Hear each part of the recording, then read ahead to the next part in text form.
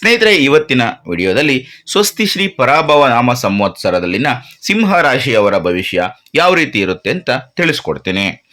ಸ್ನೇಹಿತರೆ, ಮಖ ನಕ್ಷತ್ರದ 4 ಪಾದಗಳು, ಪುಬ್ಬ ನಕ್ಷತ್ರದ 4 ಪಾದಗಳು ಹಾಗೂ ಉತ್ತರ ನಕ್ಷತ್ರದ 1ನೇ ಪಾದದಲ್ಲಿ ಜನಿಸಿದಂಥವರು ಈ ಸಿಂಹ ರಾಶಿಯ ವ್ಯಾಪ್ತಿಗೆ ಸೇರ್ತಾರೆ. ಈ ಸಿಂಹ ರಾಶಿಯ ಅಧಿಪತಿ ಯಾರಪ್ಪ ಅಂದರೆ ಸೂರ್ಯ. ಈ ಸಿಂಹ ರಾಶಿಯ ಅದೃಷ್ಟದ ಬಣ್ಣಗಳು ಕೆಂಪು, ಕಿತ್ತಳೆ ಹಾಗೂ ಚಿನ್ನದ ಬಣ್ಣ. ಹಾಗೆ ಅದೃಷ್ಟ ಸಂಖ್ಯೆಗಳು ಯಾವುವು ಅಂತ ನೋಡೋದಾದರೆ 1, 4 ಮತ್ತು 9. ಸ್ನೇಹಿತರೆ, ಈ ಯುಗಾದಿ ಹೊಸ ವರ್ಷದಲ್ಲಿ ಸಿಂಹ ರಾಶಿಯವರ ಸಂಪೂರ್ಣ ಭವಿಷ್ಯ ಯಾವ ರೀತಿ ಇರುತ್ತೆ ಅನ್ನೋದು ನಿಮಗೆ ಗೊತ್ತಾಗಬೇಕಂದ್ರೆ ಈ ವಿಡಿಯೋನ ಎಲ್ಲೂ ಕೂಡ ಸ್ಕಿಪ್ ಮಾಡದೆ ಕೊನೆವರೆಗೂ ನೋಡಿ. ಹಾಗೆ ನೀವೇನಾದರೂ ನಮ್ಮ ಚಾನಲ್ಗೆ ಇನ್ನೂ ಹೊಸೊಬ್ಬರಾಗಿದ್ದರೆ ದಯವಿಟ್ಟು ಈ ಕೂಡಲೇ ಸಬ್ಸ್ಕ್ರೈಬ್ ಮಾಡ್ಕೊಳ್ಳೋದನ್ನು ಯಾವುದೇ ಕಾರಣಕ್ಕೂ ಮರಿಬೇಡಿ. ಸ್ನೇಹಿತರೆ, ನಾವು ಮೊದಲನೇದಾಗಿ ಸಿಂಹ ರಾಶಿಯವರಿಗೆ ಈ ಯುಗಾದಿ ಹೊಸ ವರ್ಷದಲ್ಲಿ ಗ್ರಹ ಸಂಚಾರ ಯಾವ ರೀತಿ ಇದೆ ಅಂತ ನೋಡ್ತಾ ಹೋಗೋಣ.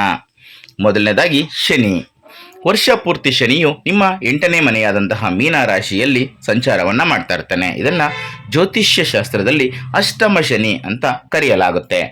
ಇದು ಸಾಮಾನ್ಯವಾಗಿ ತೀವ್ರವಾದ ದೈಹಿಕ ಮತ್ತು ಮಾನಸಿಕ ಪರಿಶ್ರಮದ ಅವಧಿಯನ್ನು ಸೂಚನೆ ಕೊಡುತ್ತೆ.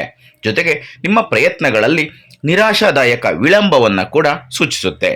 ಇನ್ನು ಗುರು ಜೂನ್ 2, 2026ರವರೆಗೆ ನಿಮ್ಮ 11ನೇ ಮನೆಯಲ್ಲಿ ಅಂದರೆ ಲಾಭದ ಮನೆಯಲ್ಲಿ ಅನುಕೂಲಕರವಾಗಿ ಕುಳಿತು ಅತ್ಯುತ್ತಮವಾದಂತಹ ಆರ್ಥಿಕ ಯೋಗವನ್ನು ನೀಡ್ತಾ ಇರ್ತಾನೆ. ನಂತರ ಅದು ನಿಮ್ಮ 12ನೇ ಮನೆಯಾದಂತಹ ಕರ್ಕಾಟಕ ರಾಶಿಗೆ ತನ್ನ ಸಂಚಾರವನ್ನು ಬದಲಾಯಿಸುತ್ತೆ.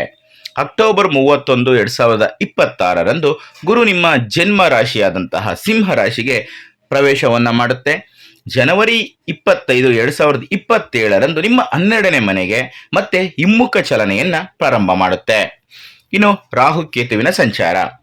ಪ್ರಸ್ತುತ ನಿಮ್ಮ 7ನೇ ಮನೆಯಲ್ಲಿರುವಂತಹ ರಾಹು ಮತ್ತು ನಿಮ್ಮ ಜನ್ಮ ರಾಶಿಯಲ್ಲಿ ಇರುವಂತಹ ಕೇತು ಡಿಸೆಂಬರ್ 6, 2026ರಂದು ಪರಿವರ್ತನೆಗೊಳ್ತಾರೆ. ಅಂದರೆ ಅವರು ಕ್ರಮವಾಗಿ ನಿಮ್ಮ 6ನೇ ಮನೆಯಾದಂತಹ ಮಕರ ರಾಶಿಗೆ ರಾಹು ಮತ್ತು 12ನೇ ಮನೆಯಾದಂತಹ ಕರ್ಕಾಟಕ ರಾಶಿಗೆ ಕೇತು ಸ್ಥಳಾಂತರಗೊಳ್ತಾರೆ. 6ನೇ ಮನೆಗೆ ರಾಹುವಿನ ಪ್ರವೇಶ ಅತ್ಯಂತ ಶುಭ ಎಂದು ಪರಿಗಣಿಸಲಾಗುತ್ತೆ ಮತ್ತು ನಿಮ್ಮ ವಿರೋಧವನ್ನು ಕೂಡ ಅದು ನಿವಾರಣೆ ಮಾಡುತ್ತೆ. ಇನ್ನು ಮಂಗಳನ ಸಂಚಾರ. ನಿಮ್ಮ ಜನ್ಮರಾಶಿಯಾದಂತಹ ಸಿಂಹ ರಾಶಿಯಲ್ಲಿ ಮಂಗಳ ಗ್ರಹವು ನವೆಂಬರ್ 12, 2026ರಿಂದ ಮಾರ್ಚ್ 10, 2027ರವರೆಗೆ ಸಂಚಾರವನ್ನು ಮಾಡ್ತಾ ಇರುತ್ತೆ. ಈ ದೀರ್ಘಾವಧಿಯ ಹಂತದಲ್ಲಿ ನಿಮ್ಮ ಕೋಪವನ್ನು ಕಟ್ಟುನಿಟ್ಟಾಗಿ ನಿಯಂತ್ರಣದಲ್ಲಿ ಇಟ್ಕೋಬೇಕಾಗಿರೋದು ತುಂಬಾ ಮುಖ್ಯ. ಈಗ ವೃತ್ತಿ ಮತ್ತು ವ್ಯವಹಾರ ಯಾವ ರೀತಿ ಇದೆ ಅಂತ ನೋಡ್ತಾ ಹೋಗೋಣ. ವೃತ್ತಿಪರವಾಗಿ ಈ ವರ್ಷ ನಿಮ್ಮ ಸಹಿಷ್ಣುತೆಯನ್ನು ಪರೀಕ್ಷೆ ಮಾಡುತ್ತೆ. ಅಷ್ಟಮ ಶನಿಯ ಪ್ರಭಾವದಿಂದಾಗಿ ಕಚೇರಿಯಲ್ಲಿ ನಿಮ್ಮ ಕಠಿಣ ಪರಿಶ್ರಮವನ್ನು ಗುರುತಿಸೋದಕ್ಕೆ ಸಾಧ್ಯ ಆಗೋದಿಲ್ಲ ಅಂತ ನೀವು ಭಾವಿಸ್ಬೋದು. ನಿಮ್ಮ ಮೇಲಧಿಕಾರಿಗಳೊಂದಿಗೆ ನೀವು ಅಪ್ರಚೋದಿತ ಭಿನ್ನಾಭಿಪ್ರಾಯಗಳನ್ನು ಎದುರಿಸಬಹುದು. ಆದರೂ ಜೂನ್ 2ರವರೆಗೆ ನಿಮ್ಮ 11ನೇ ಮನೆಯಲ್ಲಿರುವಂತಹ ಗುರುವಿನ ಪ್ರಬಲ ಉಪಸ್ಥಿತಿಯು ಈ ಅನೇಕ ಪ್ರತಿಕೂಲಗಳಿಂದ ನಿಮ್ಮನ್ನು ರಕ್ಷಣೆ ಮಾಡುತ್ತೆ. ನಿಮ್ಮ ಕೆಲಸಗಳನ್ನು ಯಶಸ್ವಿಯಾಗಿ ಪೂರ್ಣಗೊಳಿಸಲು ನಿಮಗೆ ಸಹಾಯವನ್ನು ಮಾಡುತ್ತೆ. ಅಕ್ಟೋಬರ್ನ ನಂತರ ಗುರು ನಿಮ್ಮ ಜನ್ಮರಾಶಿಯನ್ನು ಪ್ರವೇಶ ಮಾಡ್ತಿದ್ದಂತೆ ನಿಮ್ಮಲ್ಲಿ ಕೆಲವರು ಹಠಾತ್ತನೆ ಉದ್ಯೋಗ ಬದಲಾವಣೆಗಳು ಅಥವಾ ಅನಿರೀಕ್ಷಿತ ವರ್ಗಾವಣೆಗಳನ್ನು ಕೂಡ ಎದುರಿಸಬೇಕಾಗುತ್ತೆ. ಪಾಲುದಾರರೊಂದಿಗೆ ವ್ಯವಹರಿಸುವಾಗ ಉದ್ಯಮಿಗಳು ಬಹಳ ಜಾಗರೂಕತೆಯಿಂದ ಇರಬೇಕಾಗುತ್ತೆ. ಡಿಸೆಂಬರ್ 6ರ ನಂತರ ರಾಹು 6ನೇ ಮನೆಗೆ ಸ್ಥಳಾಂತರಗೊಂಡಾಗ ಬೆಳ್ಳಿಯ ರೇಖೆ ಕಾಣಿಸ್ಕೊಳ್ಳುತ್ತೆ. ವೃತ್ತಿಪರ ಅಡೆತಡೆಗಳು ಕಡಿಮೆಯಾಗ್ತವೆ.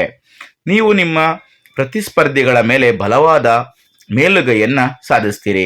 ಇದನ್ನೇ ಬೆಳ್ಳಿಯ ರೇಖೆ ಕಾಣಿಸ್ಕೊಳ್ಳುತ್ತೆ ಅಂದರೆ ನಿಮಗೆ ಶುಭ ದಿನಗಳು ಕಾಣಿಸ್ಕೊಳ್ಳುವಂತಹ ಸೂಚನೆ ಸಿಗುತ್ತೆ ಅಂತ ಅರ್ಥ. ಈಗ ಆರ್ಥಿಕ ಪರಿಸ್ಥಿತಿ.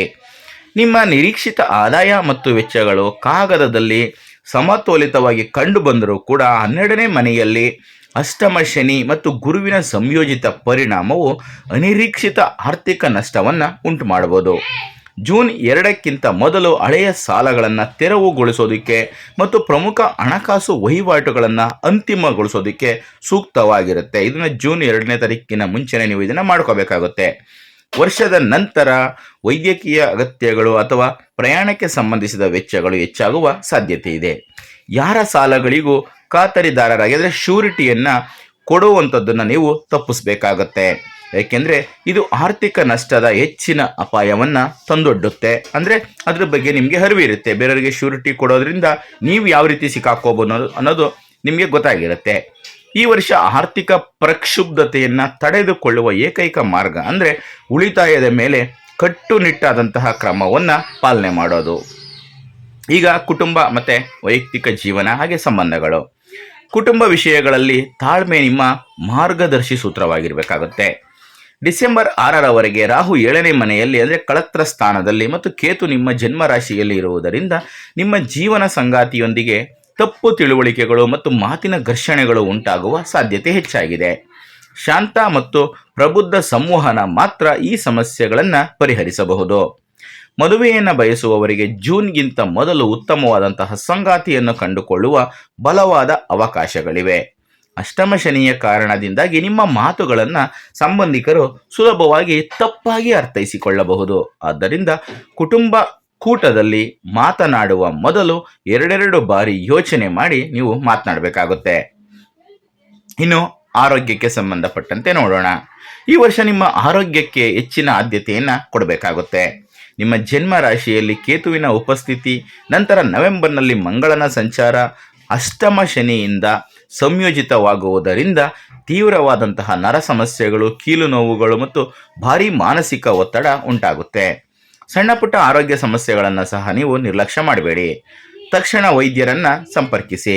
ನವೆಂಬರ್ 12ರಿಂದ ಮಾರ್ಚ್ ನಡುವಿನ ಅವಧಿಯಲ್ಲಿ ನೀವು ಬೆಂಕಿ, ವಿದ್ಯುತ್ ಮತ್ತು ವಾಹನಗಳನ್ನು ಚಾಲನೆ ಮಾಡುವ ವಿಚಾರದಲ್ಲಿ ಕೂಡ ತೀವ್ರ ಎಚ್ಚರಿಕೆಯನ್ನು ವಹಿಸಬೇಕಾಗುತ್ತೆ.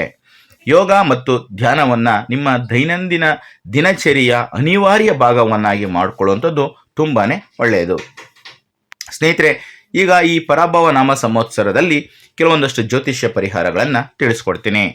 ಗ್ರಹಗಳ ಸ್ಥಾನಗಳು ಸವಾಲಿನದ್ದಾಗಿರುವುದರಿಂದ ನಿಮ್ಮ ಆತ್ಮವಿಶ್ವಾಸವನ್ನು ಆಧ್ಯಾತ್ಮಿಕ ಬಲದಿಂದ ತುಂಬಿಸುವುದು ತುಂಬಾ ಅಗತ್ಯ.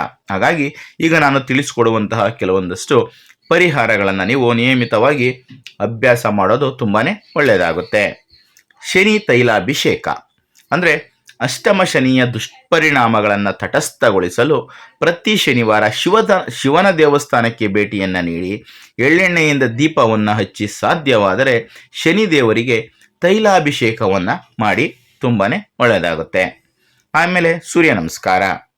ನಿಮ್ಮನ್ನು ಆಳುವ ಗ್ರಹ ಸೂರ್ಯದೇವ ಆಗಿರೋದ್ರಿಂದ ಪ್ರತಿದಿನ ಬೆಳಗ್ಗೆ ಸೂರ್ಯ ನಮಸ್ಕಾರ ಮಾಡುವುದರಿಂದ ಮತ್ತು ಆದಿತ್ಯ ಹೃದಯವನ್ನು ಪಠಣ ಮಾಡುವುದರಿಂದ ನಿಮಗೆ ಅಪಾರವಾದಂತಹ ಆತ್ಮವಿಶ್ವಾಸ ಮತ್ತು ದೈಹಿಕ ಚೈತನ್ಯ ಸಿಗುತ್ತೆ. ಹಾಗೆ ಮಹಾ ರುದ್ರಾಭಿಷೇಕ. ಜನ್ಮಗುರು ಮತ್ತು ಅಷ್ಟಮ ಶನಿಯ ಸಂಯೋಜಿತ ಒತ್ತಡಗಳನ್ನು ನಿವಾರಿಸಲು ಪ್ರತಿ ತಿಂಗಳ ಮಾಸ ಶಿವರಾತ್ರಿಯ ದಿನದಂದು ಮಹಾರುದ್ರಾಭಿಷೇಕವನ್ನು ಆಯೋಜನೆ ಮಾಡುವಂಥದ್ದು ತುಂಬಾ ಹೆಚ್ಚು ಪರಿಣಾಮಕಾರಿಯಾಗಿರುತ್ತೆ.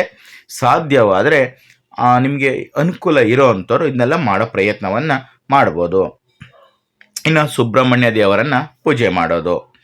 ನವೆಂಬರ್ನಿಂದ ಮಂಗಳ ಗ್ರಹವು ನಿಮ್ಮ ಜನ್ಮ ರಾಶಿಯಲ್ಲಿ ಸಂಚಾರವನ್ನು ಪ್ರಾರಂಭ ಮಾಡೋದ್ರಿಂದ ಸುಬ್ರಹ್ಮಣ್ಯ ಅಷ್ಟಕವನ್ನು ಪಠಿಸುವುದರಿಂದ ಅಪಘಾತಗಳನ್ನು ತಡೆಯೋದಕ್ಕೆ ಮತ್ತು ನಿಮ್ಮ ಕೋಪವನ್ನು ನಿಯಂತ್ರಣ ಮಾಡ್ಕೊಳ್ಳೋದಕ್ಕೆ ಇದು ತುಂಬಾ ಸಹಾಯಕವಾಗುತ್ತೆ. ಸ್ನೇಹಿತರೆ, ಇದಿಷ್ಟು ಇವತ್ತಿನ ವಿಡಿಯೋದಲ್ಲಿನ ಮಾಹಿತಿ. ಈ ಮಾಹಿತಿ ನಿಮಗೆ ಇಷ್ಟ ಆದಲ್ಲಿ ಈ ವಿಡಿಯೋಗೆ ಒಂದು ಲೈಕ್ ಕೊಡಿ, ಹಾಗೆ ಈ ವಿಡಿಯೋನ ಶೇರ್ ಮಾಡೋದನ್ನು ಯಾವುದೇ ಕಾರಣಕ್ಕೂ ಮರಿಬೇಡಿ. ಇಂಥದ್ದೇ ಮತ್ತಷ್ಟು ಮಾಹಿತಿಗಳಿಗಾಗಿ ನಮ್ಮ ಚಾನಲನ್ನು ಸಬ್ಸ್ಕ್ರೈಬ್ ಮಾಡಿಕೊಂಡು ಪ್ರತಿನಿತ್ಯ ನೋಡ್ತಾ ಇರಿ. ಮುಂದಿನ ವಿಡಿಯೋದಲ್ಲಿ ಮತ್ತೊಂದು ಹೊಸ ರಾಶಿ ಹೊಸ ವಿಷಯದೊಂದಿಗೆ ಮತ್ತೆ ಸಿಗ್ತೀನಿ. ಎಲ್ರಿಗೂ ಕೂಡ ಒಳ್ಳೆಯದಾಗಲಿ. ಧನ್ಯವಾದಗಳು.